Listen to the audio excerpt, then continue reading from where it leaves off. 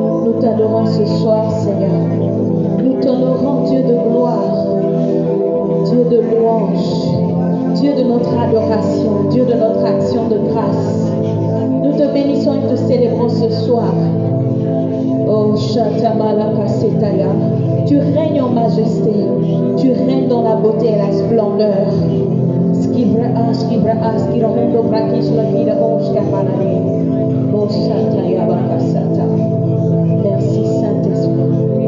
Merci pour ta présence. Merci pour ton amour. Merci pour ta grâce. Merci pour ta gloire. Père, nous sommes prêts à prendre. Nous sommes prêts à puiser. Nous sommes prêts à recevoir. Nous sommes prêts à saisir tout ce que tu as pour nous ce soir. Nous honorons ta présence. Au nom de Jésus. Amen. Alléluia. Est-ce que tu peux t'asseoir dans la présence du Seigneur?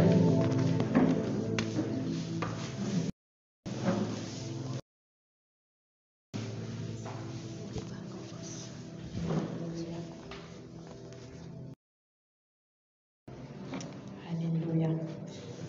Est-ce que tu vas bien ce soir? Est-ce que tu vas bien? Est-ce que tu es content d'être dans la maison de Dieu? Alléluia. Je ne vais pas dire d'être dans sa présence parce que tu es continuellement dans sa présence. Amen. Mais c'est une joie d'être quelque part où sa présence peut être manifestée. Alléluia. J'aimerais parler de quelque chose de très important ce soir. Alléluia. Qui d'entre vous sait que nous ne sommes pas dans une religion? Qui d'entre vous sait que dans le christianisme, nous ne sommes pas dans une religion? Amen. Il y a des gens qui ne le savent pas. Qui pense que le christianisme est une religion? Ici. En toute sincérité. Tu penses que c'est une religion? Tu penses aussi que c'est une religion? Tu penses que le christianisme est une religion? Ok. Qu'est-ce qu'une religion? D'après toi, c'est quoi une religion? Non, celui qui a levé la main. Est-ce que tu peux nous donner une idée de qu'est-ce que c'est qu'une religion? Juste, même si c'est en un mot, deux mots. C'est quoi une religion?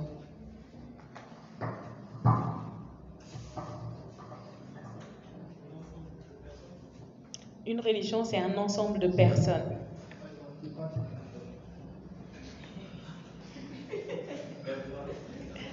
Vas-y, n'aie pas peur.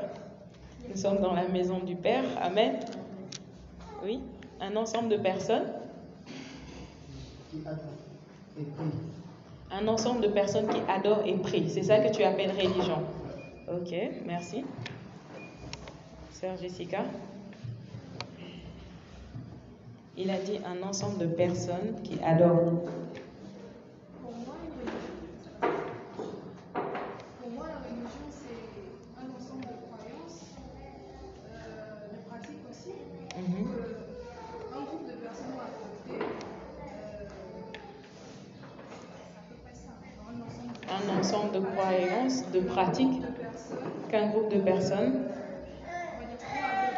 ont adopté. Pour Tu as dit croyance, religion. Un groupe de personnes ont adopté un ensemble de pratiques et de croyance. Pour quel but? Lui, il a dit ça, c'est un groupe de personnes qui se rassemblent pour adorer.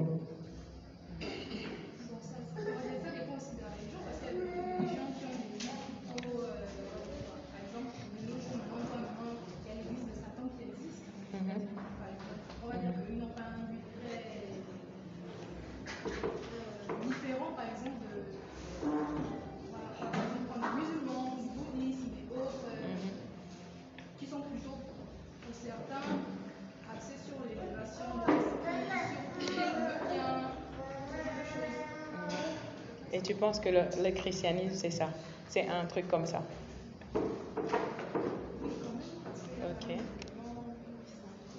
Ok, on va passer le micro au frère. Il va nous dire qu'est-ce qu'il pense qu'une religion c'est.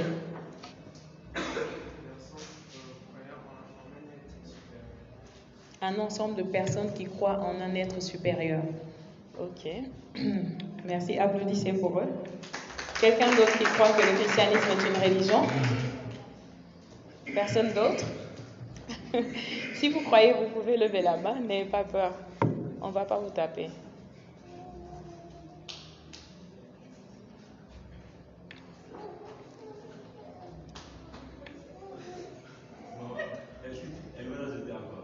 Qui veut, oui, il veut rajouter quelque chose, oui. Oui, oui, vas-y, ne t'inquiète pas. Je connais le passage. Vas-y, lis le passage, c'est toi. Lis-nous le passage. C'est dans Jacques, n'est-ce pas? Oui, vas-y, lis-nous ça. Ok. Il nous dit ici que si quelqu'un croit être religieux, sans tenir sa langue en bride, mais en trompant son cœur, la religion de cet homme est vaine. La religion pure et sans tache devant Dieu, notre Père, consiste à guider les orphelins et les veuves dans leur affliction et se préserver des souillures du monde. Ok, donne-nous la référence. Jacques 26 à 27. Jacques 1, 26 à 27. Ok, je vais lire ça ici, dans le français courant. Pourquoi vous riez?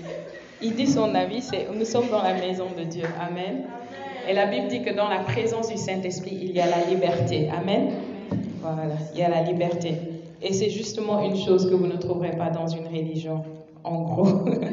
Amen. Ok. Il dit si quelqu'un croit être religieux et ne sait pas maîtriser sa langue, il se trompe lui-même. Sa religion ne vaut rien.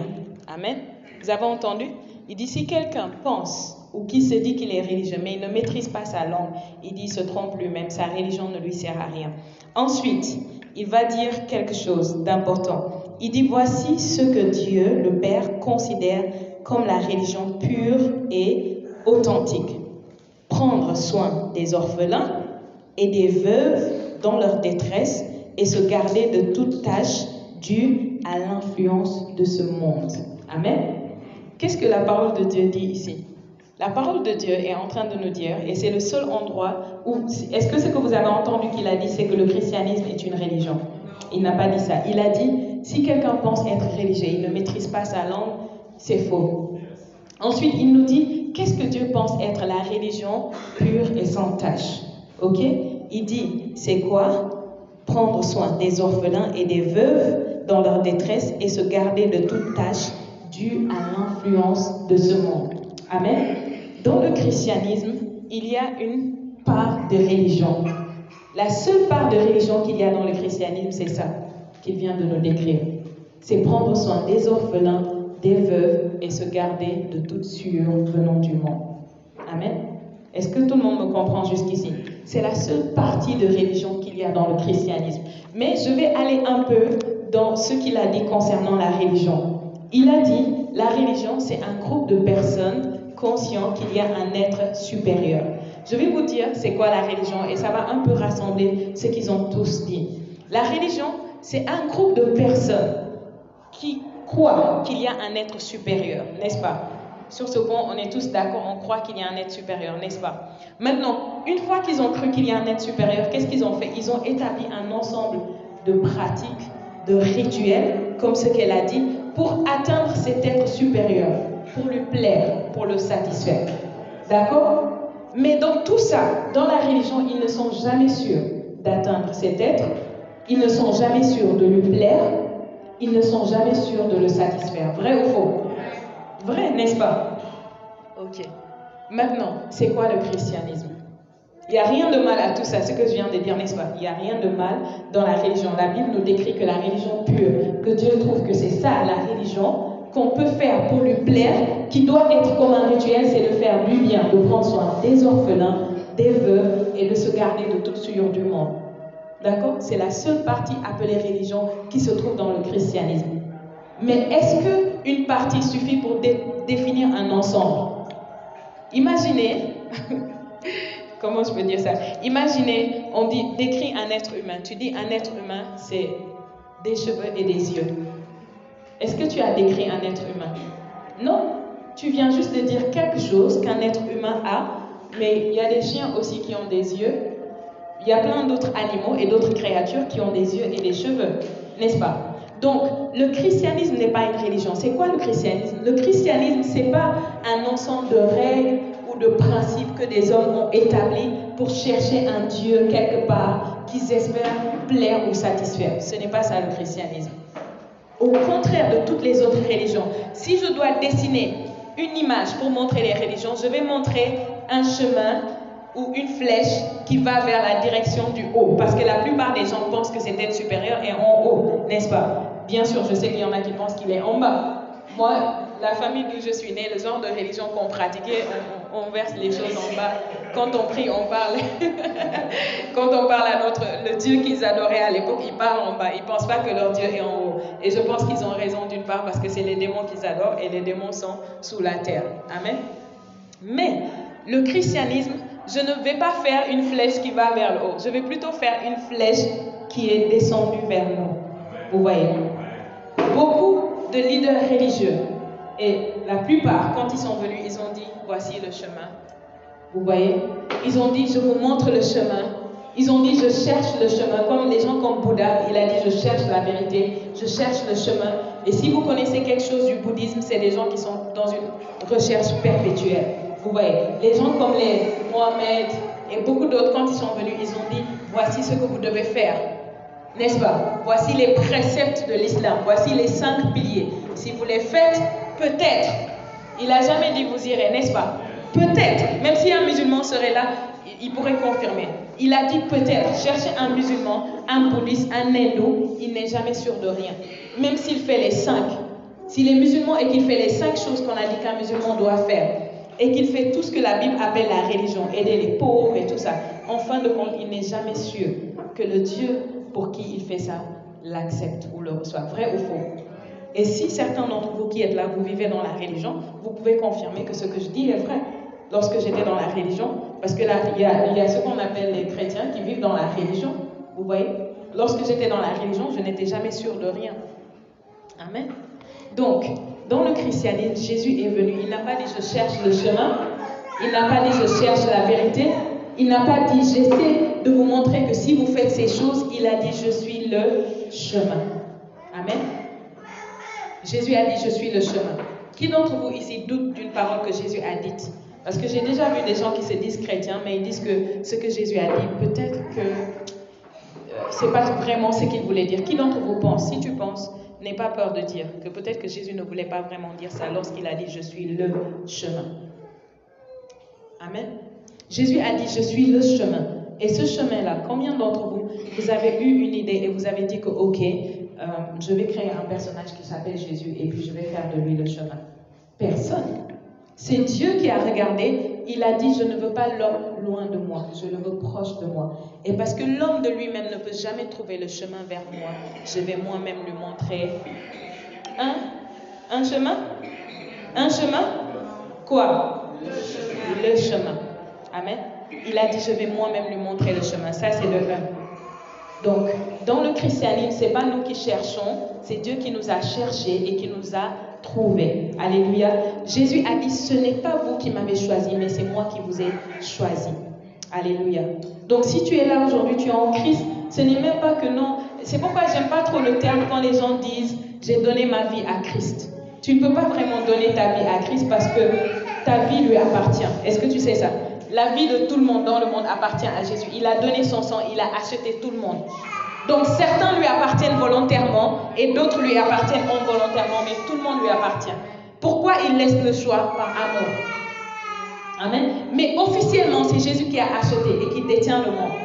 Amen. C'est pourquoi nous avons le pouvoir et la liberté et la capacité d'aller dire aux gens, voici ce que Jésus a fait pour vous. Et nous avons le pouvoir de chasser les démons, même d'une personne qui n'est pas en Christ. Amen. Parce que Jésus a acheté le monde entier. Amen. Merci Saint-Esprit. Est-ce qu'on peut avoir la musique? Jésus a acheté le monde entier. Alléluia. Amen. Ça, c'est une chose. Deuxième chose, est-ce que vous m'écoutez, vous qui dites que le christianisme est une religion? Deuxième chose, parce que tant que vous restez dans cette position, il y a une profondeur en Dieu que vous n'allez jamais expérimenter. Amen. Il y a une certitude et une assurance avec laquelle tu ne vas jamais marcher si tu penses que tu as une religion comme tous les autres. Amen. Deuxième chose, le christianisme, c'est quoi? C'est Dieu qui est venu vivre dans la chair humaine. Amen. Donc le chrétien, il n'est plus à la recherche de Dieu. Dieu l'a non seulement trouvé, mais Dieu est venu s'installer en lui. Dieu est devenu un avec lui. Amen. Si tu le crois, dis avec moi, Dieu est un avec moi. Est-ce que tu sais que maintenant, ce n'est plus Jésus seulement qui est le chemin? Alléluia. Toi aussi, tu es le chemin. Pourquoi? Parce que tu es en Christ maintenant. Tu es en Christ. Quelqu'un n'a pas besoin que Jésus lui apparaisse pour qu'il vienne au Père. Jésus a dit, sans moi, vous ne pouvez pas aller au Père. Mais si quelqu'un te croise, il te rencontre, tu es le chemin pour lui. Et s'il reçoit le message que tu as partagé, tu as à partager avec lui, il vient au Père directement.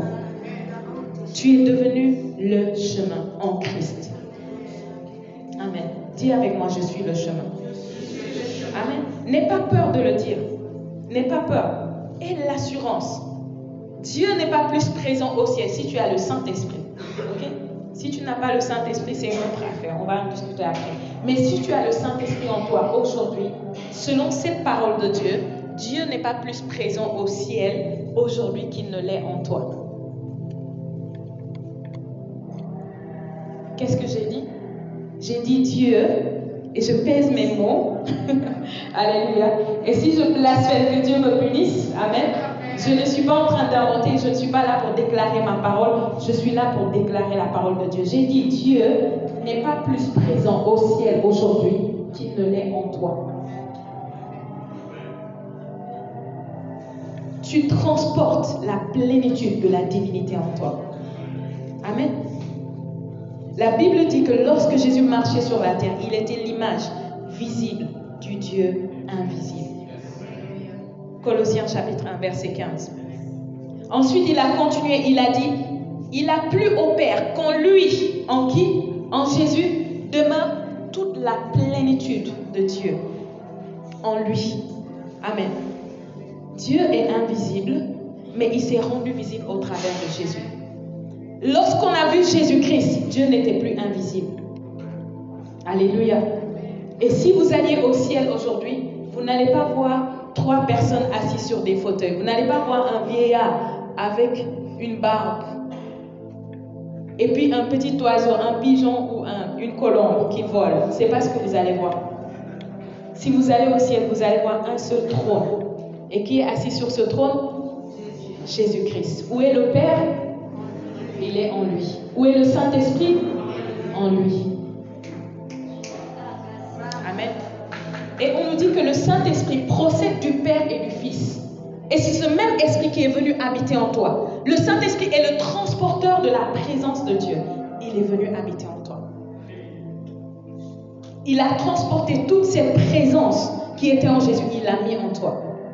Bien-aimé, si tu meurs aujourd'hui, c'est de ta faute. Si tu es malade, c'est de ta faute. Si tu souffres, c'est de ta faute. Pourquoi c'est de ta faute? Il a dit, mon peuple périt. Mon peuple est détruit, faute de connaissance. C'est parce que tu ne connais pas qui tu es, ce que tu as et ce que tu peux. Alléluia. Le christianisme n'est pas une religion. Pendant longtemps, l'homme a pensé qu'il cherchait Dieu. Mais est-ce que vous saviez que Dieu cherche l'homme? Alléluia. L'homme ne peut pas aimer Dieu plus que Dieu ne l'aime. Impossible. Dans le jardin, après que Adam et Ève aient chuté, lorsque Dieu est venu, Dieu les cherchait. Il a dit, Adam, où es-tu? Et jusqu'à aujourd'hui, Dieu pose encore la question à certains. Où es-tu? Dieu avait l'habitude, il avait cette connexion avec Adam. Il vient, il dit, Adam, où es-tu? Adam dit, j'ai entendu ta voix et je me suis caché parce que j'étais nu. Et Dieu lui a dit, qui t'a dit que tu étais nu? Qui t'a donné cette information?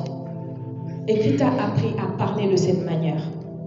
Adam ne parlait pas comme ça jusqu'à ce que la chute ait intervenu. Mais est-ce que tu sais que lorsque Jésus est venu dans ta vie, Dieu t'a trouvé? Alléluia. Dieu t'a trouvé. Je ne dirais pas que tu l'as trouvé parce que c'est lui qui te cherchait. Même si quand tu es né, tu as eu le désir et quelque chose en toi cherchait Dieu, c'est parce qu'en fait, lui, il te cherchait. Et un signal en toi te disait, ton Créateur est en train de te chercher. Et le jour où tu es venu à Jésus, il t'a trouvé. C'est pourquoi je préfère dire j'ai reçu Jésus que de dire j'ai donné ma vie à Jésus. Je l'ai reçu parce qu'il était là tout le temps, il me cherchait. Et quand j'ai dit oui, il est entré. Et il est demeuré en moi. Amen. Aujourd'hui, le sujet dont je veux te parler est tellement important. Nous sommes au 21e siècle, en 2021. Je pense qu'il n'y a jamais eu une génération qui a tellement vécu dans l'égoïsme, dans le plaisir, dans la recherche de la satisfaction de soi. Je ne pense pas qu'il y ait déjà eu une génération comme ça. Et c'est normal parce que nous sommes à la fin. Et Paul avait dit, voici la description de la génération de la fin. Et je pense que je vous ai lu le passage ici un jour. Amen. Il a dit, cette génération, ils vont aimer le plaisir plus que Dieu. Ils seront traîtres. Ils manqueront de respect à leurs parents. Il a décrit tout ce qu'il y a à propos de cette génération. Et quand nous observons cette génération, nous voyons cela. Aujourd'hui, j'aimerais te parler d'une chose tellement importante. Est-ce que tu sais qu'il est amoureux de toi?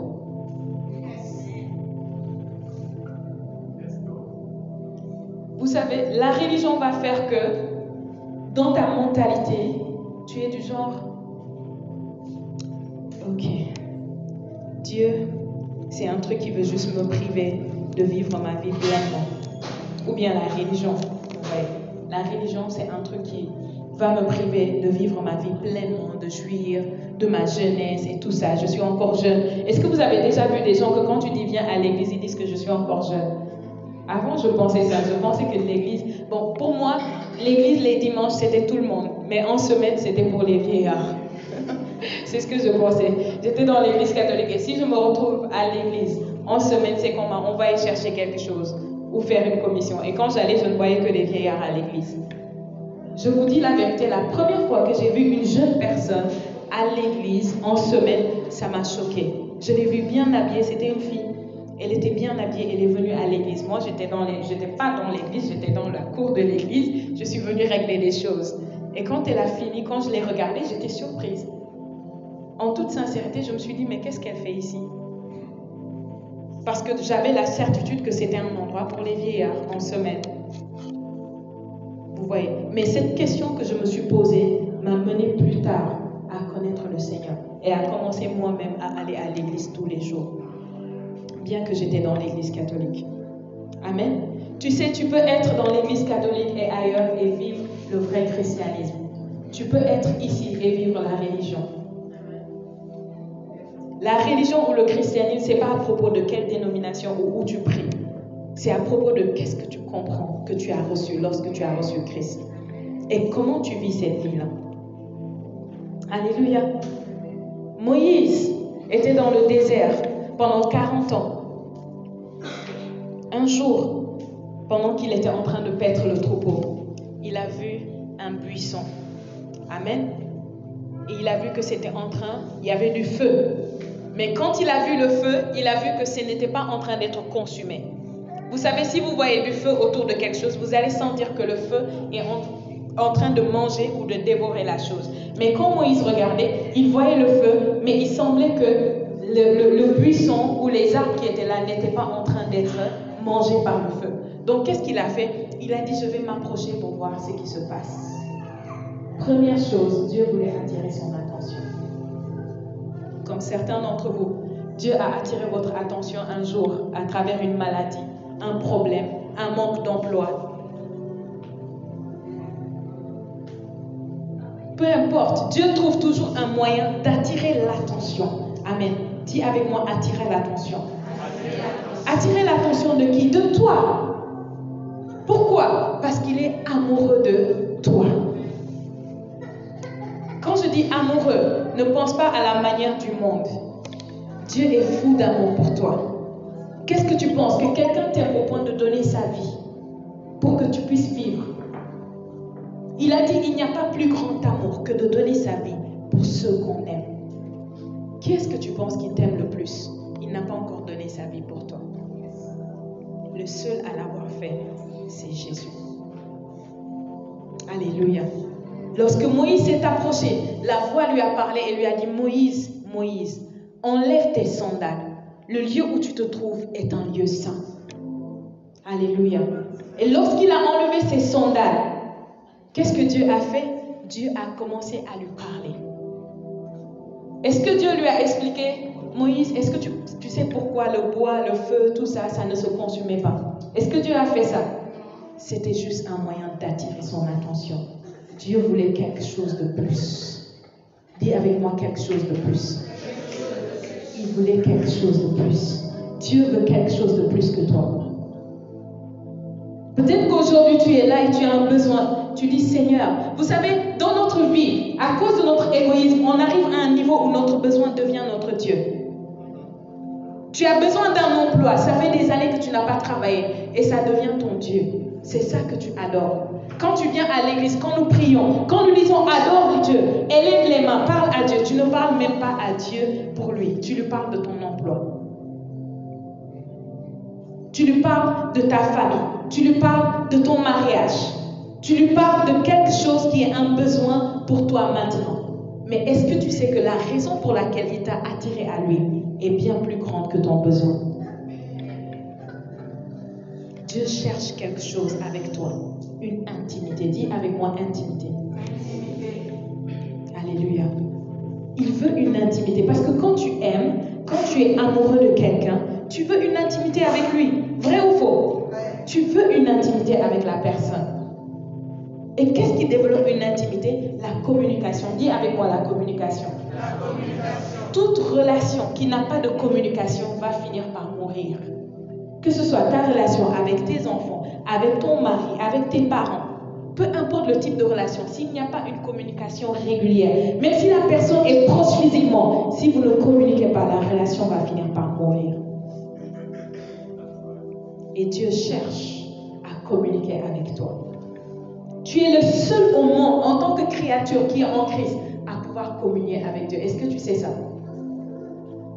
Le musulman ne peut pas communier avec Dieu. Il ne peut pas. Il va faire comment? Tu ne peux pas communier avec une personne que tu ne connais pas, que tu n'es pas en contact avec. Il est loin de Dieu. Peu importe la religion que quelqu'un a, s'il n'est pas en Christ, il ne peut pas avoir une communion. Quand Dieu est venu te sauver, ce n'était pas juste pour que tu sois libre de tes péchés, libre de Satan. C'était pour que tu sois en communion avec lui. Dis avec moi, communion. Si c'était juste pour que tu sois libre de tes péchés, Jésus aurait pu s'arrêter à la croix. Alléluia. À la croix, il a dit tout est accompli, vrai ou faux? Et tout était accompli. Mais il fallait qu'il aille en enfer et qu'il ressuscite le 3e jour. Alléluia. Pourquoi? Parce qu'à la résurrection, il te faisait entrer dans la communion qu'il avait avec le Père et le Saint-Esprit.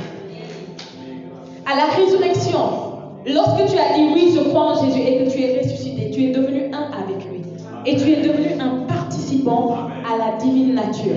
Tu es devenu un participant à la Trinité. Et tu es devenu disposé, prêt, qualifié pour recevoir son esprit. Amen.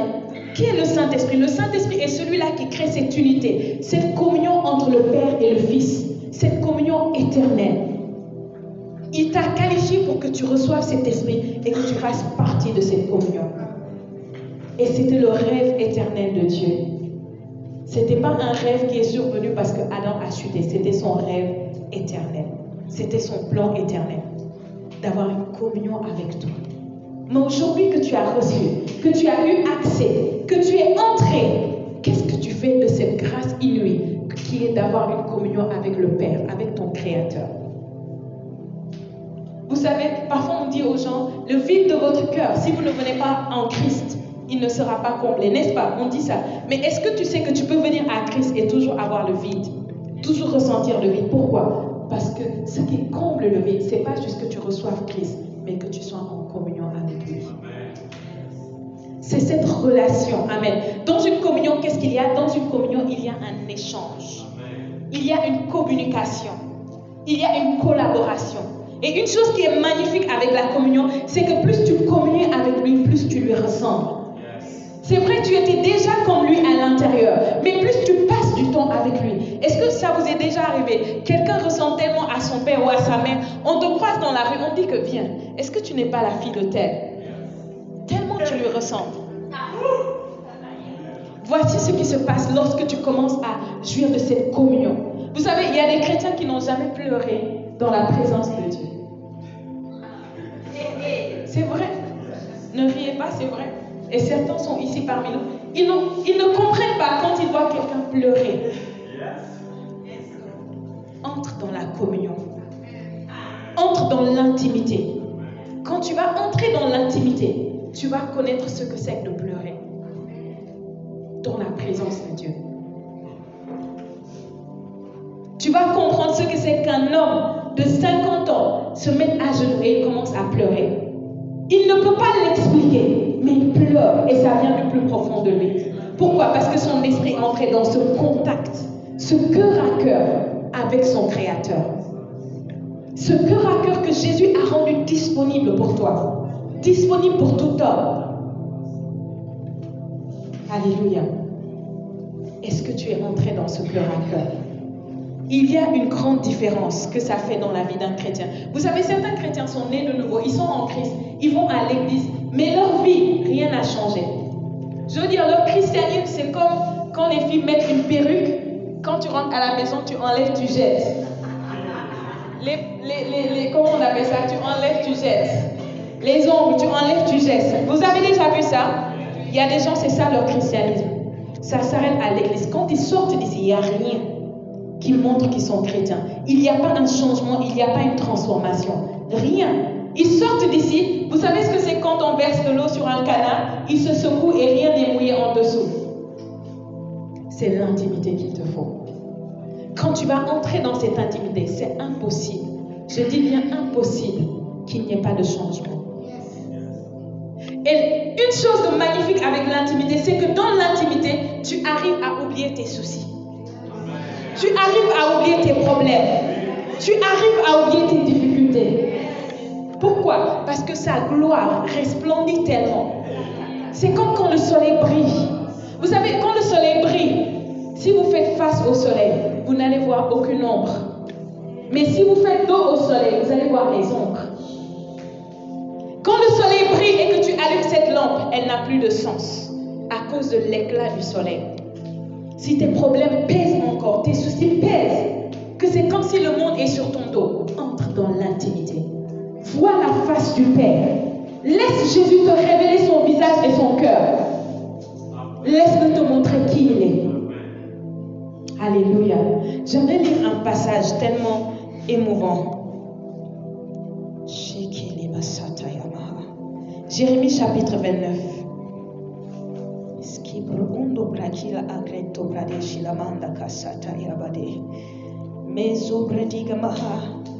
Est-ce que tu es déjà sorti de ta chambre de prière et qu'on t'a dit, qu'est-ce que tu faisais?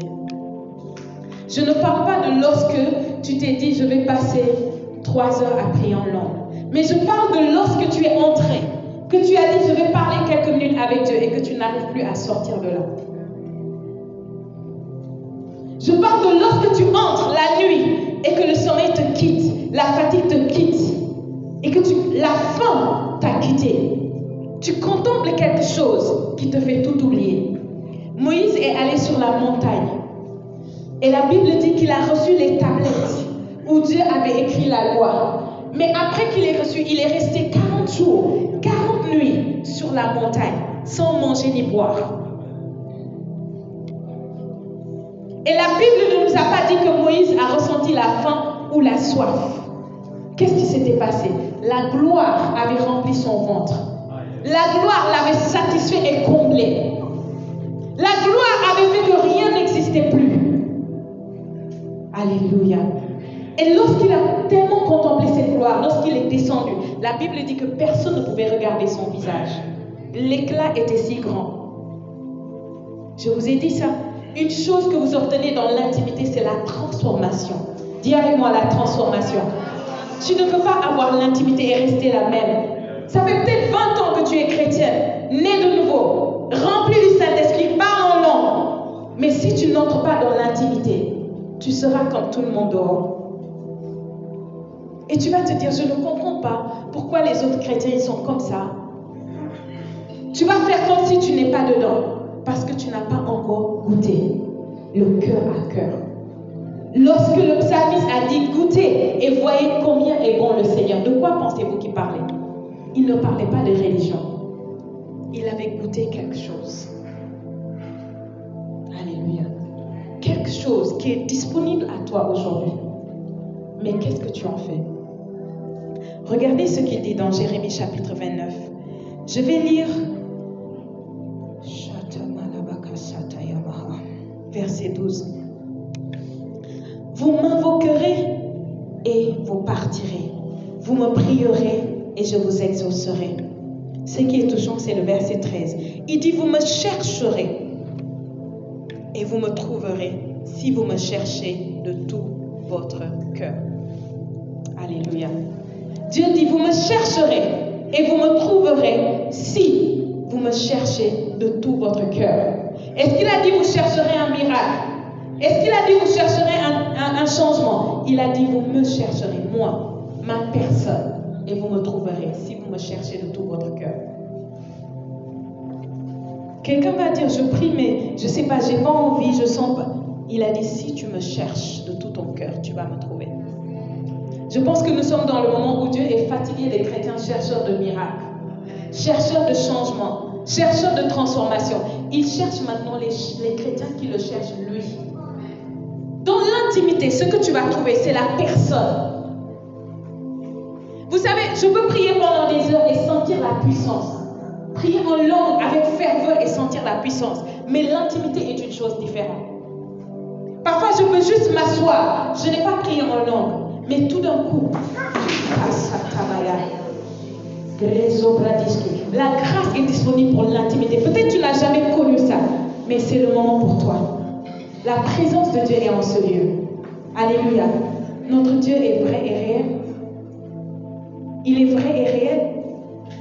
Est-ce que tu veux être de la classe de ces enfants qui ne le cherchent que pour ce qu'il a à donner?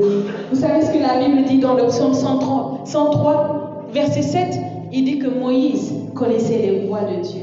Le peuple d'Israël connaissait ses œuvres, connaissait sa main dans d'autres versions. Vous savez ce que ça veut dire? Le peuple connaissait les miracles de Dieu. Ils ont vu Moïse prier et la mer s'est fondue en deux. Ils ont vu Moïse frapper le rocher et l'eau est sortie. Ils ont vu Moïse prier et la manne est descendue du ciel. Ils connaissaient les œuvres, ils connaissaient la main. Comme certains d'entre vous, vous avez vu Dieu guérir. Vous avez vu Dieu faire des miracles. Mais il dit que Moïse connaissait les voies. C'est quoi la différence? Les voies, c'est la manière de faire, la manière d'opérer. Il connaissait la face du Père. Il connaissait le battement du cœur du Père. Et celui qui a les voies, il aura la main, il aura les œuvres, il aura le miracle. Mais tu ne peux pas connaître ses voies si tu ne cherches pas sa personne.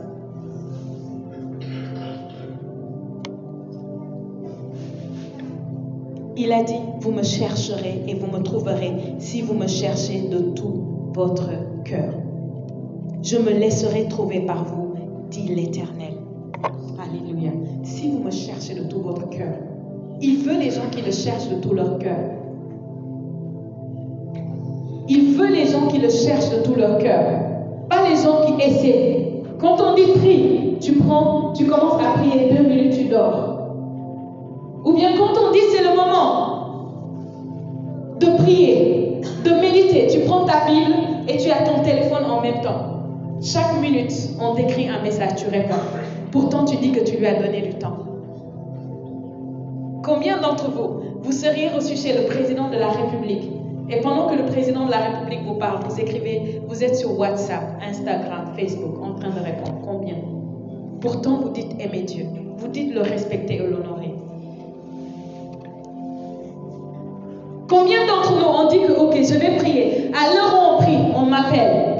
Je sors répondre. Dieu n'a qu'à attendre. Mais l'appel ne peut pas attendre. Celui qui détient ton souffle. Celui qui s'est fait nu à la croix pour toi. Vous savez, je suis surprise. Certains chrétiens, vous savez quand vous êtes à l'église, quand l'homme de Dieu ou la femme de Dieu entre, vous savez que vous devez vous tenir debout, n'est-ce pas? Certains vous le savez, certains autres ne le savent pas. Mais allez au tribunal. Si le juge entre et que vous restez assis, qu'est-ce qui va se passer? Pourquoi vous faites ça dans la maison de Dieu? Parce que vous ne connaissez pas encore Dieu, vous ne connaissez pas encore l'intimité. Si tu connais l'intimité, il y a des choses qu'on n'a pas besoin de t'apprendre. Quelque chose en toi, tu vas juste te surprendre debout. Parce que tu crains, tu as une sainte crainte de la présence de celui qui est là. Pas de la personne qui le représente, mais de lui. Parce que tu sais que cette personne vient avec quelque chose venant de lui. Cette personne vient de sa part. Si tu veux attendre de voir Jésus pour l'honorer, quand est-ce que tu vas le faire? Jésus a dit, si tu donnes un seul verre d'eau à un prophète, en qualité de prophète, tu recevras une récompense. Un verre d'eau. Il dit, tu donnes à un prophète, tu recevras une récompense. C'est à travers ces prophètes, c'est à travers ces serviteurs que Jésus reçoit l'honneur. C'est à travers eux qu'il reçoit l'amour, tout ce que vous voulez faire pour Jésus. C'est à travers eux que vous le faites aujourd'hui. Mais il y a des chrétiens, ils ont même du mal, quand tu parles bien d'un homme de Dieu ou de ton homme de Dieu, ils se sentent que... Alléluia. Anyway, c'est pas ça le sujet. Amen. Mais si tu as une intimité, il y a des choses qui seront juste naturelles pour toi. Il y a beaucoup de choses que j'ai apprises des années plus tard, que c'était normal, mais je ne savais pas. Mais dès que je suis venue à Christ, que j'ai commencé à avoir cette intimité, j'avais cette sainte crainte et cette sainte attitude envers tout ce qui est appelé serviteur de Dieu. Envers tout ce qui est sacré. Alléluia. J'aimerais vous parler des hommes magnifiques dans la Bible qui ont touché Dieu comme ça, à cause de l'intimité avec lui. Amen. Vous savez, beaucoup se sont éloignés. J'ai lu une blague, quelqu'un qui disait que si on vous donnait 16 millions pour venir à Jésus et quitter l'islam, est-ce que vous allez venir? Et la personne qui me racontait ça m'a dit que je suis sûre que peut-être eux ils peuvent le faire, mais aucun chrétien ne ferait ça. Je lui dis que c'est pas vrai. Il y a des chrétiens qui ont quitté Jésus parce que quelqu'un leur a dit, si tu continues à être chrétienne ou à aller à l'église, je ne ferai plus ça pour toi. J'en connais. Oui. Ils étaient en Christ. Aujourd'hui, ils ont quitté. Pourquoi? Parce que quelqu'un a dit, si tu continues, je ne ferai plus ceci que je fais pour toi. Vous pensez qu'une personne comme ça, avec 16 millions, va rester en Christ? Quelqu'un est allé pour un job de 80 000 francs et ne vient plus à l'église. Pour un job de 80 000. Vous pensez qu'avec 16 millions, la personne va... Non. Alléluia. Mais laissez-moi vous dire une chose. Toute personne qui a connu l'intimité, qui a connu Jésus personnellement, pour rien au monde, tu ne vas te détourner. Une chose, je vous ai dit quoi? J'ai dit qu'une chose que l'intimité t'amène, c'est que tu vas avoir cette transformation. Et dans transformation, tu as transfiguration. Une deuxième chose que l'intimité va t'amener, c'est que quand l'intimité est là, tu demeures. Dis avec moi, demeure. Tu demeures. Jésus a dit, je suis la vie et vous êtes les sarments. Celui qui demeure en moi porte des fruits. Vous voyez, c'est vrai qu'il est en vous et que vous êtes en lui. Mais demeurer, c'est autre chose. Demeurer, c'est quand il y a cette sève qui coule depuis le tronc et qui traverse la branche continuellement. Que cette branche continuellement est en train d'être nourrie depuis la substance de l'arbre et qu'elle porte des fruits. Alléluia. C'est ce que ça veut dire demeurer. Vous savez, un disciple qui avait une intimité plus que tous les autres, Jean. La Bible nous dit tout souvent qu'il avait la tête sur l'épaule ou sur le sein ou sur les cuisses du maître, tout le temps à l'écoute. Et vous savez, quand vous étudiez Jean et ses écrits, vous saurez qu'il a connu plus que les autres. Et qui est demeuré à la croix jusqu'au bout? Jean. Lorsque tu as eu l'intimité, peu importe les défis, peu importe les circonstances qui s'élèvent, tu demeures. Dis avec moi, demeure. Tu demeures. Alléluia. Alléluia. Peu importe ce qui intervient, rien ne peut te séparer de l'amour du Père. Jean est demeuré à la croix. Et une autre chose, alléluia. Merci Saint-Esprit. Autre chose, est-ce que vous savez que tous les disciples de Jésus, tous les apôtres ont été sacrifiés martyrs? Ils sont tous morts. Mais un seul est demeuré. On n'a pas pu le finir. C'était qui? Jean. Jean est demeuré. Amen. Dis avec moi, demeurer. Il est arrivé à un niveau où il s'appelait Jean le divin. On l'a pris, on l'a découpé. Quand on l'a découpé, on l'a vu au coin de la rue en train de prêcher l'évangile. Avant de le découper, on l'a mis dans l'huile qui chauffait. Et quand l'huile a fini de chauffer, il est sorti vivant et intact. Tu demeures. Alléluia. Restez concentrés. Alléluia. Tu demeures. Dis avec moi, demeure. Lorsque Shadrach, Meshach, Abednego ont été mis dans la fournaise, qui avait chauffé 7 fois, parce que le roi a dit, vous m'avez mis en colère, vous ne m'avez pas adoré, vous allez mourir. Et il a chauffé la fournaise 7 fois. Et lorsqu'il les a mis dedans, la Bible dit que tout d'un coup, le roi a vu 4 personnes à l'intérieur. Il a dit, n'avons-nous pas mis 3? On a dit oui. Il a dit, pourquoi je vois 4 personnes? Et il dit, le 4e ressemble à un fils de Dieu. Et la Bible dit que lorsqu'ils sont sortis de la fournaise, il n'y avait même pas l'odeur de la fumée sur leurs habits. Pourquoi? Parce qu'ils ont eu l'intimité. Ils sont demeurés. Après la fournaise, après le feu, ils sont demeurés. Dis avec moi, demeurés. Lorsque tu as l'intimité, rien ne peut venir à bout de toi. Il a dit à Jérémie, ils te combattront, mais ils ne pourront rien contre toi. Car voici, je fais de toi un mur de bronze poli, inébranlable, parce que tu as l'intimité. Tu demeures.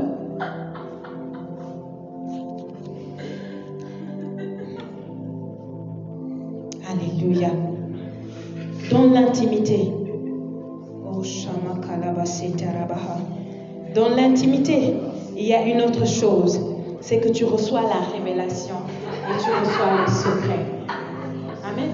Tu reçois la révélation, tu reçois les secrets. Dis avec moi, révélation, secret. Dieu a dit, oh, merci Saint-Esprit. Quand je vois la beauté de la relation que Dieu avait avec Abraham, Dieu était en train de partir pour détruire Sodome et Gomorrhe. Et en partant, il dit, est-ce que je vais détruire Sodome? Est-ce que je vais faire quelque chose sans en parler à mon serviteur Abraham? Dieu était en train de partir. Il s'est retenu. Il a dit, je ne peux pas. Je ne peux pas aller faire sans parler à mon ami Abraham. Lorsque tu as l'intimité, les choses ne se passent pas autour de toi sans qu'elles te soient révélées. Même dans le pays, si tu développes ton intimité, avant qu'une chose n'arrive dans le pays où tu te trouves, il va te montrer et dire que voici ce que je suis sur le point de faire. Tu ne seras pas surpris. Tu ne seras pas surpris. Dieu révèle dans l'intimité. Qui d'entre vous, vous allez prendre une personne que vous ne connaissez pas et commencer à lui dire vos secrets? Qui? Dites-moi. Commencez à lui révéler les choses profondes, cachées de vous. Une personne que vous ne connaissez pas. Impossible, à moins que vous ayez des problèmes. Comment pensez-vous que Dieu est? À l'image de qui et à la ressemblance de qui as-tu été créé? L'intimité. Amen. L'intimité. Il y a plus chez Dieu que ces miracles. Il y a plus chez Dieu que ces guérisons. Il y a plus chez Dieu que ces délivrances. Lorsque tu as l'intimité, tu ne vas plus chercher la délivrance. Mais lorsque tu entres quelque part, les esprits vont commencer à manifester.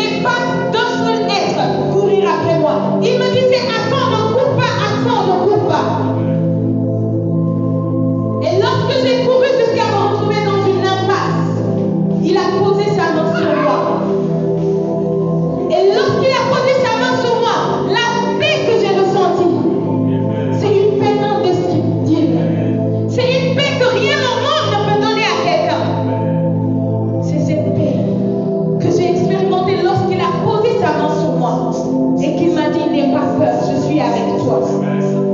Il m'a dit, je suis avec toi. Il était avec moi tout ce temps-là, mais je ne le savais pas jusqu'à ce qu'il m'ait dit ce jour-là, je suis avec toi. Et après ce moment, bien que les difficultés aient augmenté, j'avais la confiance qu'il était avec moi. Un homme de Dieu a dit, Seigneur, pourquoi on voit tout le temps que la Bible